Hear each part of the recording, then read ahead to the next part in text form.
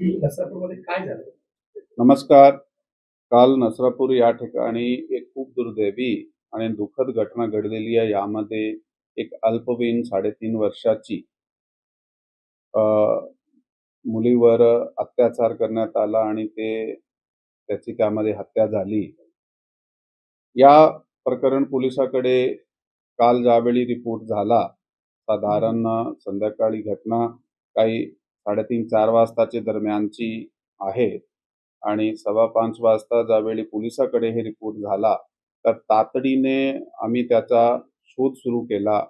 आरोपीचा शोध सुरू केला आणि 1 ते 1.5 तासाच्या दरम्यान आम्ही हे अ, आरोपी जे आहे त्याला ताब्यात घेतला. परंतु दुर्दैवाने तेव्हापर्यंत ते जे अत्याचार होता ते झालेला होता आणि ती हत्या झालेली होती. या प्रकरणामध्ये बी-एन-एस कायद्याप्रमाणे 137(2), 103, 64, 74, 140(1), 140(3), पॉक्सो कलम 4, 6, 8, 12 तहत एफ-आय-आर क्रमांक 169/2026 राजगड पोलीस स्टेशन या ठिकाणी दाखल करण्यात आलेली आहे. पुढील तपास जे चालू आहे, आरोपीला अटक केल्यानंतर आता पुढे तपास आमचा चालू आहे. तर लोक आक्रमक झालेले आहेत. त्यांची मागणी आहे की प्रकरण लवकरात लवकर फास्ट ट्रॅक कोर्टात चालावं. त्या दृष्टीनं काय तयारी केली? आपण काय करतो पुढे तपास?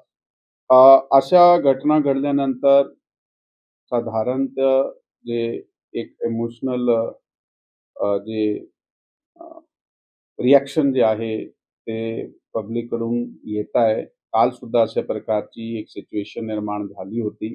त्यामध्ये काही वेळापुरता लोकं रस्त्याकडे आले होते. मग त्यांना समजून जाऊन सांगितलं गेलं आहे, की आम्हीच तपास करणार आहे आणि ह्यामध्ये जे आरोपी होता त्याच्या बाबत काही कुठल्याही प्रकारची माहिती नव्हती.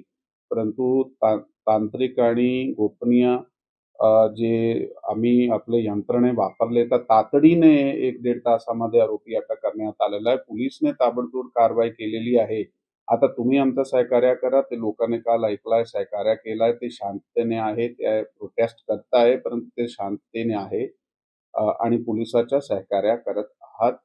आणि आपला जे म्हणणं आहे, की नक्की या केस जे आहे ते तातडीने ह्याची चार्जशीट केली गेली पाहिजे. हे आश्वासन आम्ही कालसुद्धा लोकांना दिला होता आणि हे फास्ट ट्रॅक पद्धतीने चालला पाहिजे आणि आरोपीला सक्त ते सक्त जे पनिशमेंट आहे ते भेटली पाहिजे. यासाठी आम्ही प्रयत्नशील आहात. त्याप्रमाणे तपास आमची विशेष टीम करत आहे. या आरोपीची काही गुन्हेगारी पार्श्वभूमी आहे का? याआधी त्याच्यावरती काही गुन्हा दाखल असल्याची माहिती ह्या आहे का? आरोपीचे विरुद्ध अगोदर अशाही प्रकारचे गुन्हे आहेत. ते 1998 मध्ये त्याच्या विरुद्ध एक विनयभंगाचा गुन्हा होता.